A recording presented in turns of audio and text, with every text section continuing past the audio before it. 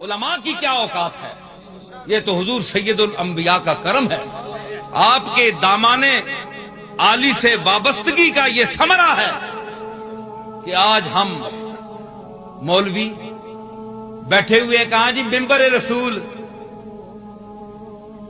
ممبر رسول نہ مسیت رسول نے حوالے نال، خطبہ رسول نے حوالے نال تے گلاں رسول نے خلاف،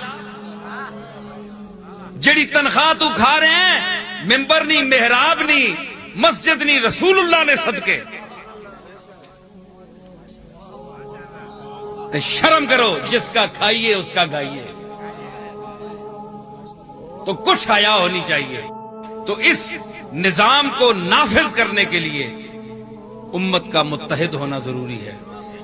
اب میں گفتگو کو سمیٹتا ہوں کہ اللہ تعالیٰ نے جو ارشاد فرمایا کہ وَعَلَّمَكَ مَا لَمْ تَكُنْ تَعْلَمْ وَكَانَ فَضْلُ اللَّهِ عَلَيْكَ عَظِيمًا، اس میں واضح فرما دیا کہ حضور کو جو چیز آپ نہیں جانتے تھے اللہ نے اس کا علم آپ کو دے دیا تھا، اور وہ علم کیا ہے؟ یہی علم ہے کہ آپ زندگی کے ہر شعبے میں شریعت کا حکم ڈھونڈیں گے تو آپ کو مل جائے گا۔ تو علم تھا تو حکم دیا نا، کسی پہلو بھی شریعت میں کوئی تشنگی نہیں ہے، حضور کے ارشادات میں نے کسی پہلو کو تشنا نہیں رکھا۔ آپ کی خدمت میں آخری چند جملے میں پیش کروں گا جو ہمارے اس محفل کا خلاصہ ہیں۔ اللہ آپ کو جزائے خیر دے کہ آپ نے اس حوصلے کے ساتھ اور ذوق کے ساتھ میری گفتگو کو سنا۔ اب میں یہ گزارش کروں گا کہ آپ جانتے ہیں کہ ہمارے اس خانقاہی ماحول کو اب یہ نئی نسل جو ہے یہ ایک مذاق کی حیثیت سے دیکھتی ہے کہ یار یہ کیا چیز ہے، یہ پیری مریدی کیا چیز ہے، یہ مولویت کیا ہے، مخصوص وضاقتہ ہے، یہ مخصوص آداب ہیں۔ صرف درباروں تک دنیا آباد نہیں ہے کہ اب جو گولڈے شیف دنیا آتی ہے وہی دنیا ہے، باہر دنیا ہی کوئی نہیں ہے، انسان تو باہر ہے، مخلوق کا سیلاب تو باہر ہے، پوری دنیا میں ہے، درباروں میں تو چند لوگ آتے ہیں۔ تو آپ کس مقصد کے لیے جاتے ہیں؟ آپ کیا لینے وہاں جاتے ہیں؟ یہ آپ سے سوال کیا جاتا ہے، یہ آپ سے سوال کیا جاتا ہے، آپ کیا لینے جاتے ہیں؟ یہ آج تبلیغی جماعت، یہ دوسرے مسلک کے لوگ یہ کیوں لوگوں پر چھا رہے ہیں؟ ہمارے باپ داداؤں کے جو مرید تھے، جو نسل در نسل مرید تھے، ان کی اولادیں اب بگڑ گئی ہیں۔ وہ کہتے ہیں جی وہاں کیا جائیں، ہمیں کچھ سکون ہی نہیں ملتا، نہ کسی پیر میں کوئی بات ہے، نہ کوئی متوجہ کرتا ہے، نہ کوئی خطاب ہے، نہ کوئی مخاطب کرتا ہے، بس جاؤ جی نذرانہ پیش کرو، ہاتھ چومو، جو نذرانہ پیش ہی نہیں کیا تو اس نے توجہ ہی نہیں کی۔ یہی رونا ہے، ہم نے کیا کرنا ہے؟ صرف قوالیاں تو علاج نہیں ہے نا، میں بھی قوالی سنتا ہوں، میں کوئی قوالی کا منکر نہیں ہوں، میں تو ساز خود بجاتا ہوں،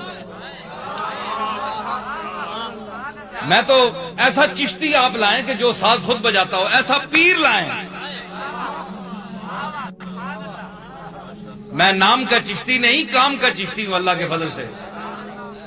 تو مجھے اس پر اعتراض نہیں ہے، میں یہ چاہتا ہوں کہ اس دور کا جو تقاضا ہے وہ کچھ اور ہے، صرف قوالیاں نہیں ہیں کہ آپ مجلس آراستہ کر لیں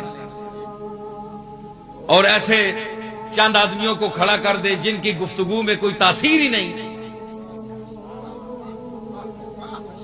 دیکھیں نا، میں یہ نہیں کہتا کہ میری گفتگو میں تاثیر ہے، لیکن میں نے اتنا میں عرض کروں گا کہ جو میرے سامعین ہیں، مخاطب ہیں، اب اتنی دیر سے یہ کھڑے ہیں، یہ سارے میرے باپ دادا کے مرید تو نہیں ہیں،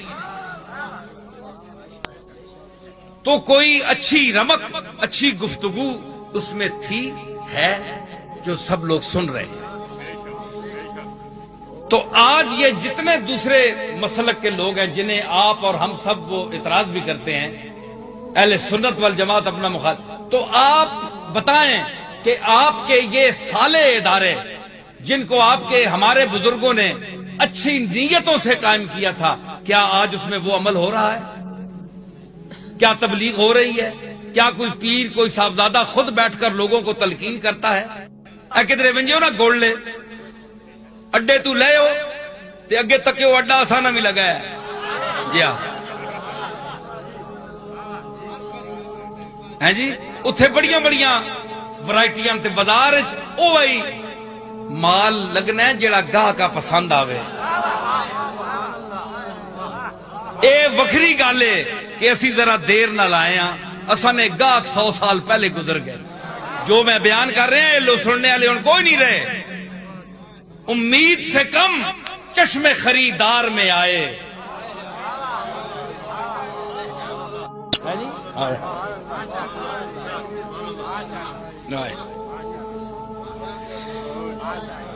ہاں، امید سے کم چشم خریدار میں آئے، افسوس کہ ہم دیر سے بازار میں آئے۔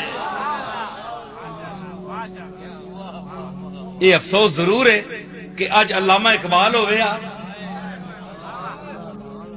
تے پھر گلا ہونا علامہ جے بندے نال بہ کے گلا کرے، انہاں چبلا نال کون کرے جنہاں نا میٹر ہی صرف پیسہ ہے، سم تھنگ مور، آئے کچھ اور، آئے کچھ اور، فلانی پراپرٹی نہ کتنا کرایہ آیا ہے، اچھا اتھے بھی چاڑ دیو ہے جی، ہون بڑے امیر ہو گیا سبحان اللہ، تے پیر میر علی شاہ دی اولاد فقیر